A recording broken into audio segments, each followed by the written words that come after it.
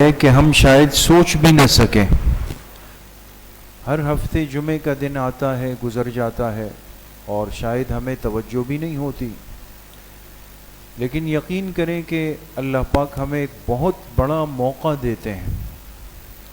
ہم اگر تھوڑی سی فکر کر لیں اور توجہ کر لیں تو ہر 6 دن کے بعد جمعے کے دن کے اہتمام کی وجہ سے ہم اللہ پاک سے بہت کچھ لے سکتے ہیں.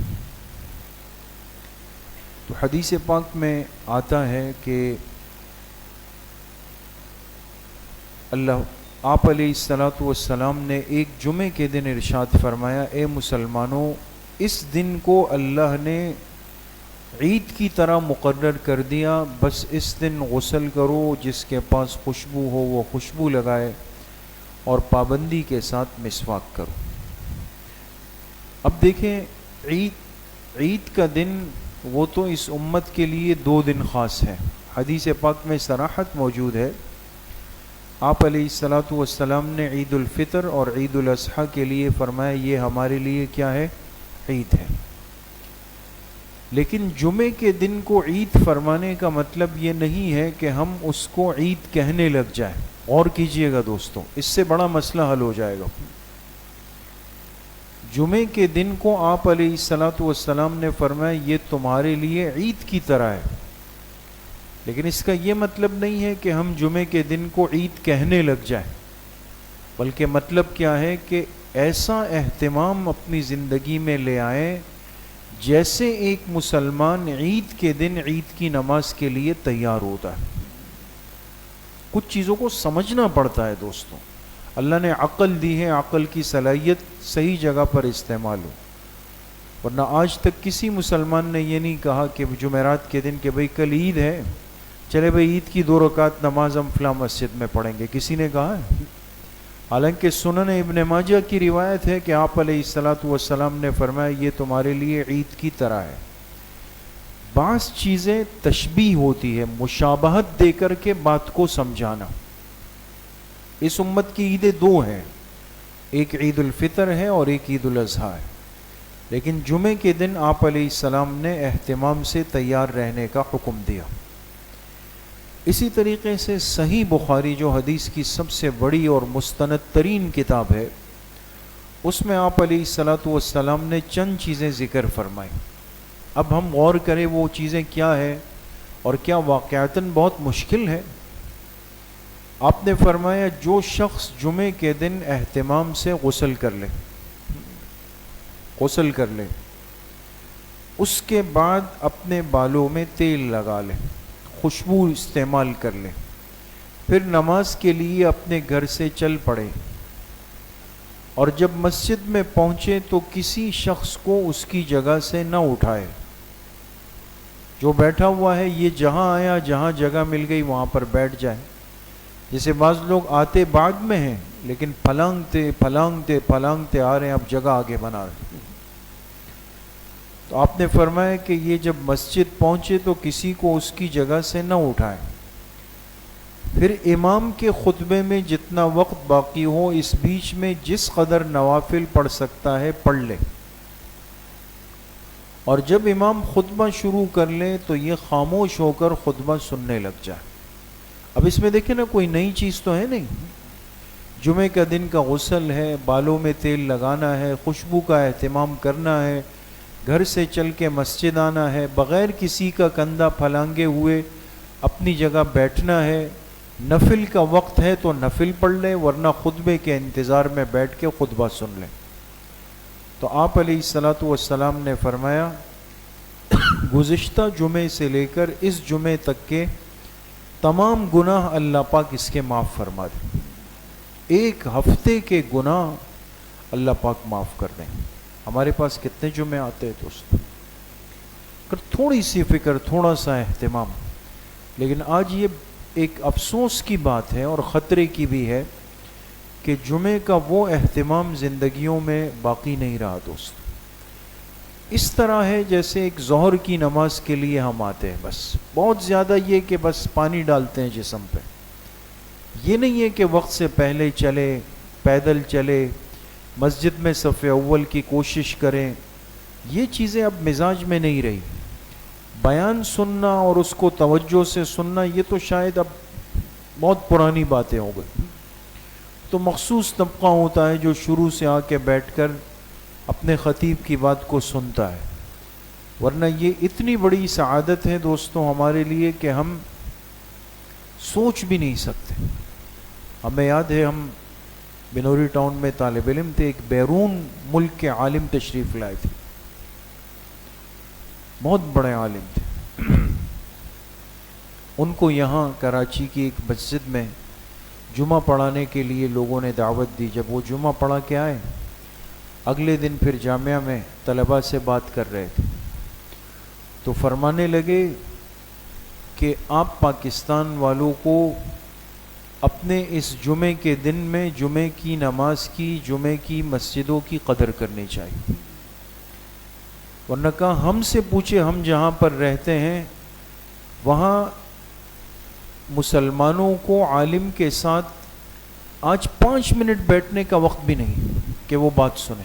آپ لوگ کو ہر جمعے کے دن آدھا گھنٹہ ملتا ہے کہ آپ بات سن سکتے ہیں. تو یہ تو دوستوں ہماری کمزوری ہے, ہم ان چیزوں کی آج قدر نہیں کرتے. کوشش کرتے ہیں کہ آخر سے آخر میں جائیں, اور اس کا نقصان یہ ہے کہ ایک مسلمان کی زندگی کے لیے احکامات ہیں, وہ احکامات نہ سنیں, نہ سمجھیں, نہ سیکھیں تو عمل کہاں سے ہو؟ یا اگر ہوگا تو پھر الٹا سیدھا ہوگا. اب شوال ختم ہوا, ذوالقعدہ شروع ہے, آگے ذوالحجہ آ رہا ہے, اہم ترین مہینے. لوگ حج کے لیے جا رہے ہیں, کوئی مکہ مکرمہ گیا, کوئی مدینہ منورہ گیا, کوئی جانوروں کی تیاری کر رہا ہے, قربانی کی تیاری ہو رہی ہے, عشرہ ذوالحجہ آ رہا ہے. بہت اہم باتیں زندگی کی, لیکن ہم کہاں سے سیکھیں گے اس کو؟ تو اس لیے کوشش کریں, مزاج بنائیں اپنا کہ جمعے کے دن اہتمام بھی کریں, تیار بھی ہو, خوشبو بھی لگائیں, اور پھر تسلی سے چلتے ہوئے آ کر کے اپنے لیے صف میں جہاں جگہ ملے جگہ بنائیں, خطبے کو توجہ کے ساتھ سنیں. کریں گے نا انشاءاللہ. اسی طریقے سے یہ تو ایک فضیلت کہ ایک ہفتے کے گناہ معاف ہوئے. دوسری روایت میں ہے جو ترمذی شریف میں, آپ علیہ الصلاۃ والسلام نے فرمایا جو شخص جمعے کے دن اچھی طرح غسل کرے اور پھر وقت سے پہلے مسجد پیدل چل کر آئے, سواری پر نہ آئے, پھر توجہ کے ساتھ خطبہ سن لے, اور اس درمیان کوئی لغو کام نہ کرے. لغو بیکار, بیکار بات یہ ہے کبھی موبائل نکال کے دیکھیں, آج کل کا سب سے بڑا لغو کام یہ ہے. یا یہ کہ اپنے برابر میں ساتھی دوست آ کے بیٹھ گئے تو ان سے بات چیت میں لگ گئے, گپ شپ میں لگ گئے, یہ ایک بیکار سی چیز ہے. تو اہتمام سے غسل کر لے, وقت سے پہلے گھر سے نکلے, پیدل چل کر مسجد آئے, خطبہ سنے, درمیان میں کوئی لغو کام نہ کرے. تو آپ علیہ الصلاۃ والسلام نے فرمایا یہ جتنے قدم اپنے گھر سے چل کر مسجد آیا ہے, اللہ تعالیٰ اس کو ہر ایک قدم کے بدلے میں سے بھرنے کا آسان موقع ہے, آسان ذریعہ ہے. اور اسی طریقے سے اگر خدا نخواستہ جمعے کی نماز کو بلا عذر چھوڑنے کی عادت بن جائے. کتنے ہمارے مسلمان ایسے ہیں کہ آپ جمعے کی نماز پڑھ رہے ہوں گے, وہ اپنے کام میں لگے ہوئے, دکان میں لگے ہوئے. بچے نہیں ہیں, اچھے خاصے نوجوان ساتھی ہوں گے, لیکن ادھر ادھر کے کاموں کے اندر لگ گئے. چل میں وہاں پڑھ لوں گا, میں وہاں پڑھ لوں گا, پھر کام میں لگ گئے, پھر نہ یہاں ہوئی نہ وہاں ہوئی. اس لیے کوشش یہ کریں دوستوں کہ آپ کی جہاں مصروفیت ہو, اگر کوئی دکان ہے, کوئی کاروبار ہے, جمعے کے دن اس کو تسلی کے ساتھ اس کو بند کر دیں. جب نماز کے لیے نکلیں اپنے ساتھ اپنے ملازمین کو, خادمین کو ساتھ لے کر جائیں, ان کو بھی وقت دے دیں کہ بھئی پون گھنٹہ ہے, ہم بھی جاتے ہیں آپ بھی جائیں, اسی مسجد میں نماز پڑھیں, سنت پڑھیں, نفل پڑھیں, دعا پڑھیں, سب کو لے کر کے. لیکن یہ وہ چیزیں ہیں جو آپ کے رزق کاروبار میں بھی برکتیں لے کے آ جائیں گے.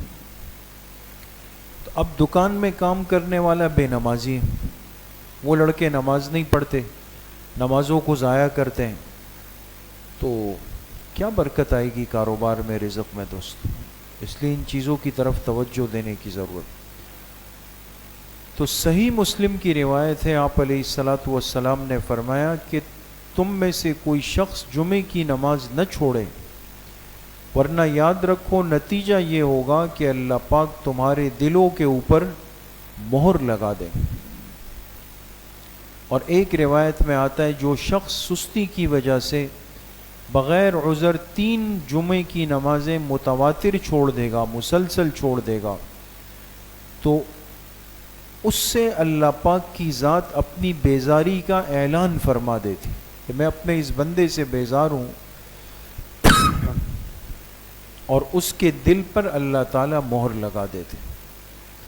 اسی طریقے سے ابو داؤد شریف میں روایت ہے، آپ علیہ الصلاۃ والسلام نے فرمایا ہر مسلمان پر نماز جمعہ جماعت کے ساتھ واجب ہے، سوائے 4 افراد کے کہ وہ اس سے مستثنیٰ ہیں، 4 بندے۔ اب وہ 4 قسم کے لوگ کون ہیں؟ نمبر 1 غلام، نمبر 2 عورت، نمبر 3 نابالغ بچہ، نمبر 4 بیمار۔ یہ 4 لوگ مستثنیٰ ہیں۔ غلام سمجھتے ہیں آپ، اب چونکہ یہ تصور نہیں رہا، پہلے غلام ہوتے تھے جو اپنے مولا، اپنے مالک کی خدمت کے لیے وقف ہوتے تھے۔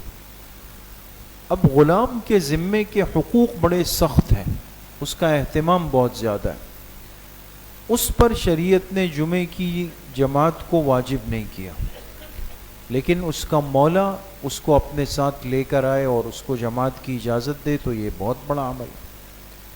دوسرے نمبر پہ عورت ہے، مستورات پر جمعے کی نماز نہیں ہے دوستوں، نہیں ہے، نہ اس کا اہتمام ہے کہ وہ چل کر مسجد آئے اور جمعے کی نماز پڑھے جماعت کے ساتھ، بلکہ مستورات جمعے کے دن گھر میں ہی کون سی نماز پڑھے گی؟ ظہر کی نماز۔ البتہ وہ کیا کرے گی؟ جمعے کا اہتمام مستورات کے لیے بھی ہے، نہانا دھونا تیار ہونا سب چیزیں وہ مستورات بھی کریں تو ان کو ان کا اجر ان کے حصے کا گھر پہ ملے گا۔ نابالغ بچے ہیں ان پر جمعے کی نماز کی جماعت نہیں ہے۔ اتنے چھوٹے بچے کہ جو اپنے تقاضے کو نہیں سمجھ سکتے، روک نہیں سکتے، ایسے ناسمجھ بچے کو مسجد لانا ہی ممنوع ہے، حدیث پاک میں ممانعت ہے، جیسے 2 سال 3 سال کا بچہ ہوں۔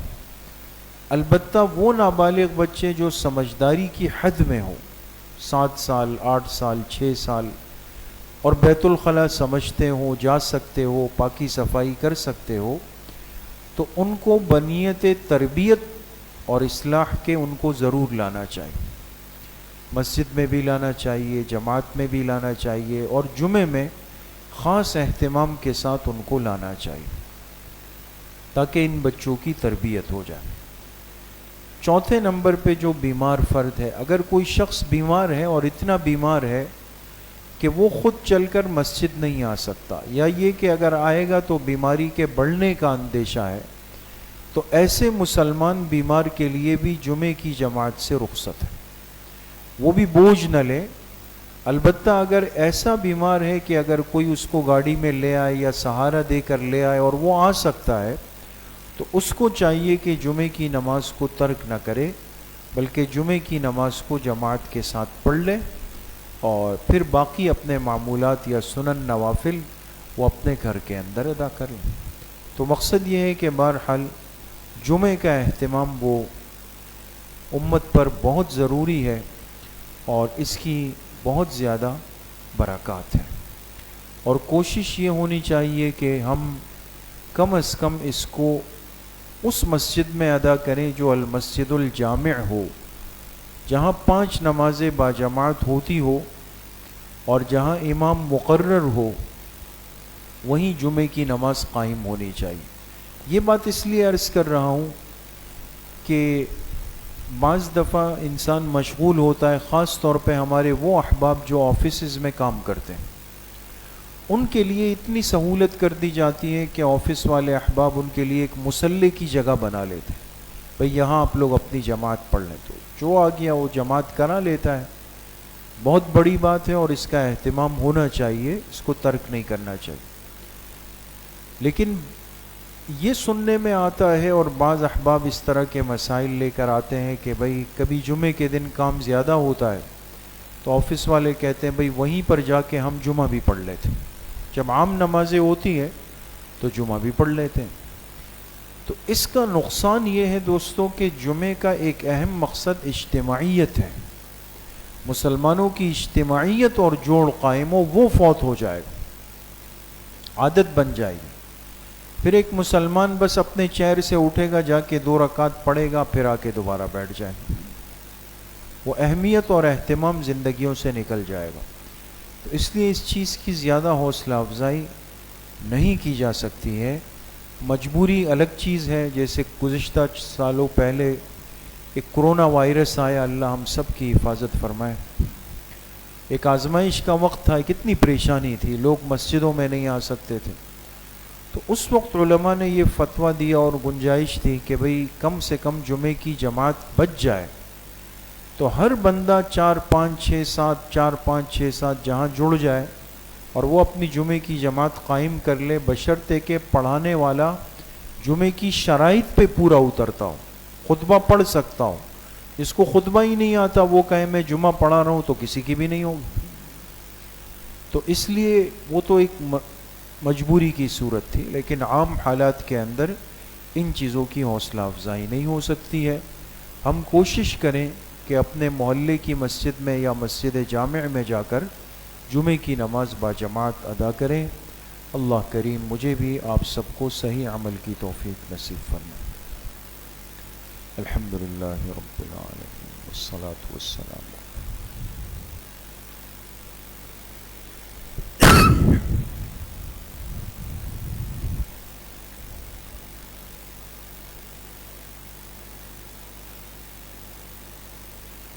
وصلی اللہ وسلم علی نبینا محمد وآلہ واصحابہ اجمعین برحمتہ.